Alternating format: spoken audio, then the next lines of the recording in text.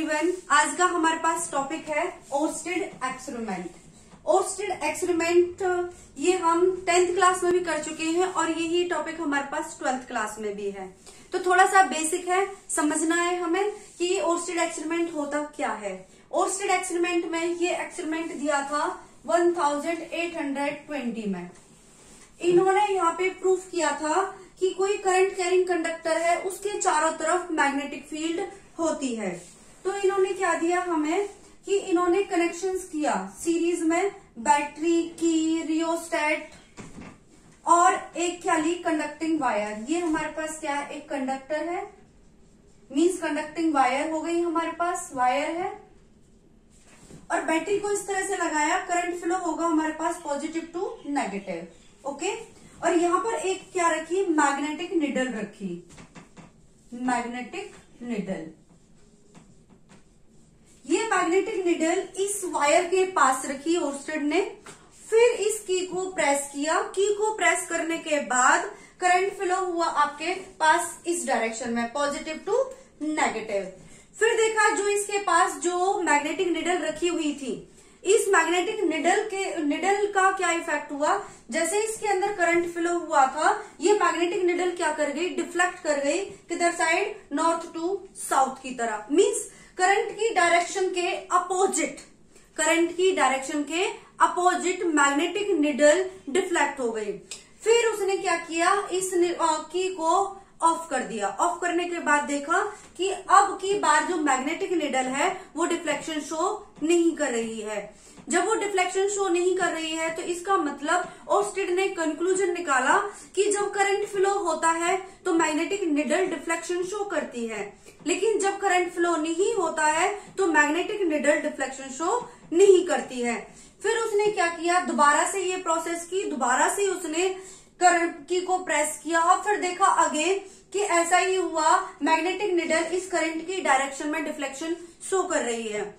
फिर इसी चीज को उसने क्या किया, रियोस्टेट की हेल्प से करंट को इंक्रीज और डिक्रीज किया। तो जब इंक्रीज करते हैं तो डिफ्लेक्शन ज्यादा होता है, डिक्रीज करते हैं डिफ्लेक्शन कम होता है। इसका मतलब करंट के इंक्रीज और डिक्रीज होने पर भी मैग्नेटिक फील्ड पर इफेक्ट पड़ता है। फिर उसने क्या किया, नेक्स्ट स्टेप लिया कि बैटरी को चेंज किया, मींस बैटरी की डायरेक्शन को चेंज करा कि जहां पहले हमारे पास पॉजिटिव था वहां नेगेटिव कर दिया करंट की। इसका मतलब है करंट की डायरेक्शन को चेंज कर दिया। पहले करंट की डायरेक्शन A टू B थी, अब करंट की डायरेक्शन हमारे पास B टू A है। तो देखा कि जो डिफ्लेक्शन है, अब की बार डिफ्लेक्शन क्या हो रहा है, अपोजिट डायरेक्शन में हो रहा है। करंट ऐसे फ्लो हो रहा है, डिफ्लेक्शन इधर साइड हो रहा है। इसका मतलब कि बैटरी की जो करंट की डायरेक्शन है उसकी डायरेक्शन को चेंज करने पर भी मैग्नेटिक निडल का जो डिफ्लेक्शन है उस पर भी फर्क पड़ता है। तो ये इनसे क्या कंक्लूजन निकला कि जो हमारे पास कंडक्टिंग वायर है उसके चारों तरफ मैग्नेटिक फील्ड बनती है। तो मैग्नेटिक फील्ड क्या हुई हमारे पास, मैग्नेटिक फील्ड क्या हुई कि मैग्नेटिक फील्ड हुई, it is the space around a conductor और अ मैग्नेट। मैग्नेट के बारे में आप पहले ही पढ़ चुके हैं कि मैग्नेट के चारों तरफ भी मैग्नेटिक फील्ड होती है। अब यहाँ पर हम क्या ले रहे हैं, कंडक्टर के चारों तरफ भी मैग्नेटिक फील्ड होती है। It is the space around a current carrying conductor और a magnet in which magnetic field effect can be felt. Okay, कि मतलब जो हमारे पास ये कंडक्टर है, इस कंडक्टर के चारों तरफ, मींस ये हमारे पास एक स्ट्रेट कंडक्टर, इस कंडक्टर के चारों तरफ मैग्नेटिक फील्ड बनती है। ओके, क्या बनती है, मैग्नेटिक फील्ड बनती है। अब इस मैग्नेटिक फील्ड, इसके हमने एग्जाम्पल हमने 10th क्लास में भी किए थे। क्या किया था ओर्स्टेड ने, एक वुडन ब्लॉक लिया, उसमें बीच में एक होल किया और उसके अंदर से वायर को डाल दिया। तो देखा उसकी जो वायर के चारों तरफ है वो क्या बनती है, इस तरह से फील्ड बनती है। ओके, अब बात आई मैग्नेटिक फील्ड हो गई हमारे पास। मैग्नेटिक फील्ड क्या है, मैग्नेटिक फील्ड हमारे पास एक वेक्टर क्वांटिटी है। कैसी क्वांटिटी है, वेक्टर क्वांटिटी है।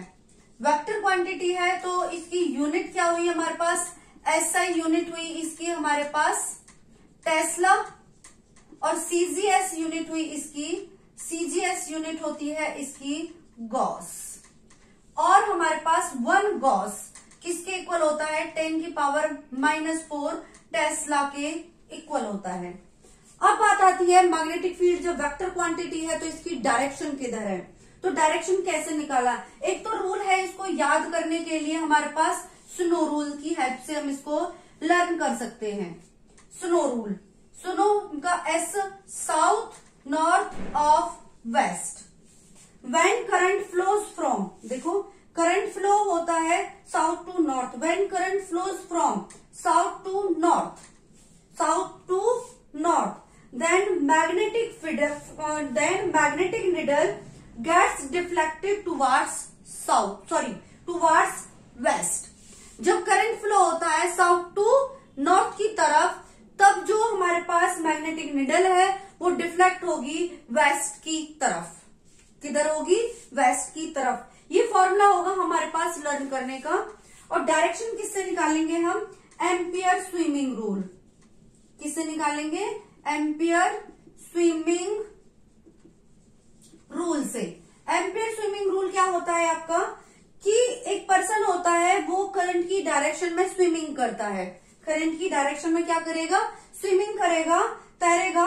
तो जो करंट फ्लो होगा उस स्विमर का, उस पर्सन का, वो करंट होगा उसका फीट से हेड की तरफ। तो जो उसका डिफ्लेक्शन होगा फेस का जो डिफ्लेक्शन होगा वो किधर होगा, टुवार्ड्स दी लेफ्ट हैंड, टुवार्ड्स दी लेफ्ट हैंड। ये होगा एम्पियर स्विमिंग रूल। तो ये हमारे पास अब टॉपिक फिनिश हो गया है। आई होप ये आपको समझ आ गया होगा। Thank you.